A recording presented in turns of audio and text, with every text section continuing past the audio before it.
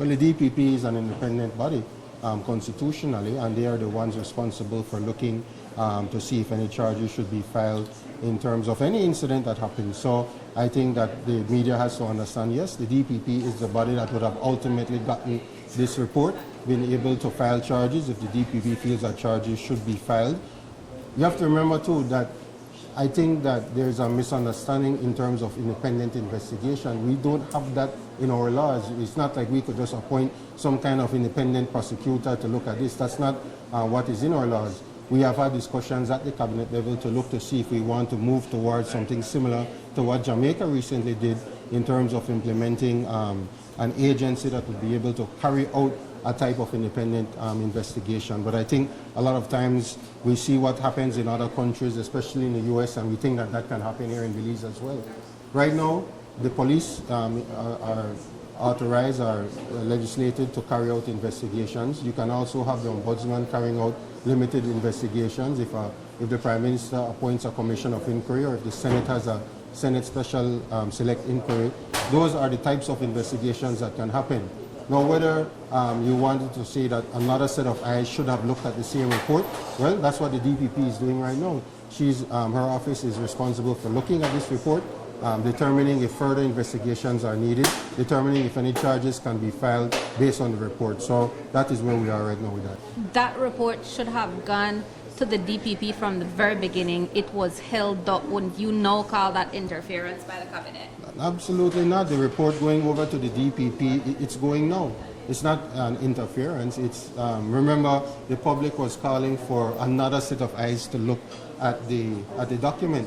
The Attorney General gave the advice from his department to say, listen, it's the DPP that is constitutionally authorized to look at this report to determine if any charges are to be filed or not. It's not like the report has changed since it was first submitted. So I believe that this is the correct process in terms of what the final outcome should be. The DPP's office should be the one looking at the report to determine if any charges should be filed. Sir, but this has caused a huge black eye on the department because there are several levels that the public feels have left covered up. In essence, you have the fact that the videos have not been disclosed to the public, and it's been done in other cases, but also that the deletion has happened of footage from those government departments. And also, once the footage was released, you have the surveillance footage, the grainy one. You have one officer who's determined to have been involved. That suggests that he would have been working with other people. How is it that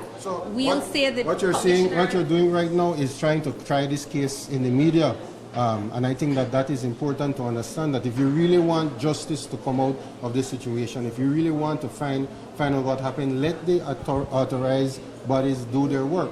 To have the media trying to try this case, the public trying to try this case, we've already seen instances where one media house had to apologize to 2 police officers for calling their names. This is the way investigation should happen. And I think it's important. You made an allegation just now that there were deletions. How do you know that?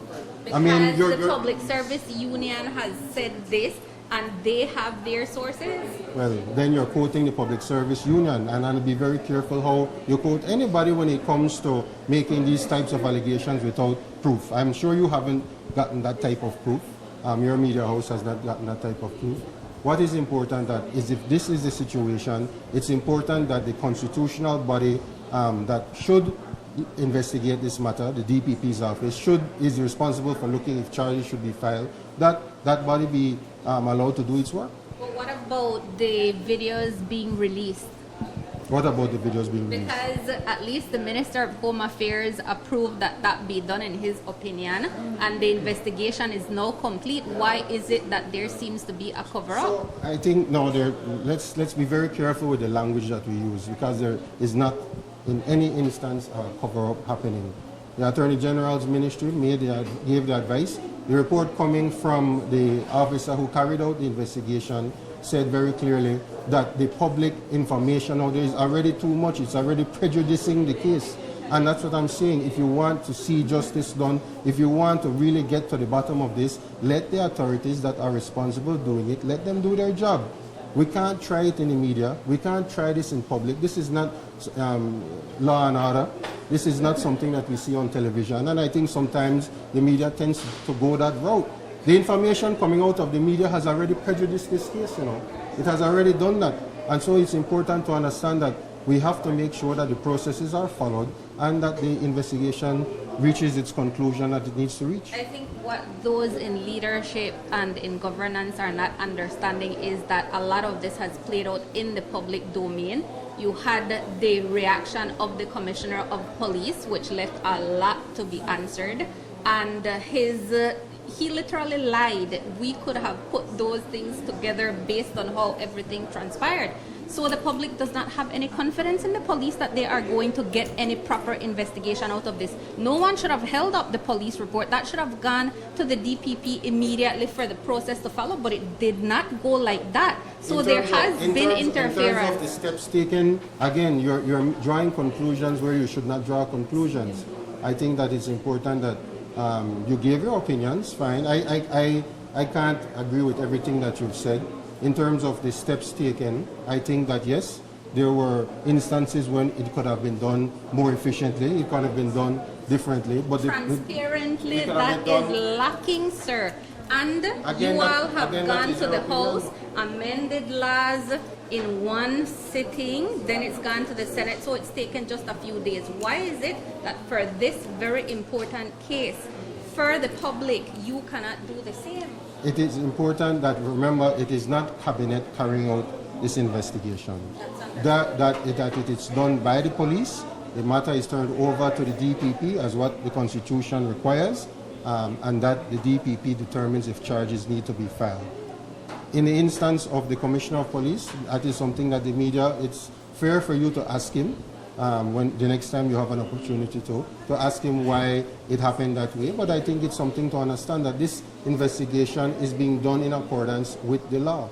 And that is what is there. What you've allowed here is for an employee to investigate their boss. Where does that ever happen and yield what it should yield? Well, I think in every organization you have disciplinary committees that investigate their superiors. So I think that that's not something very unique to this situation. The police are the ones that carry out the investigation. As I explained earlier, you don't have other arms, that other so-called independent investigations in our law. It's something that we're looking at. It's something perhaps we can use the model from Jamaica. It is urgent. It has come up in cabinet already. The AG's ministry is working on it. And now the file is being turned over to the DPP as what the law requires.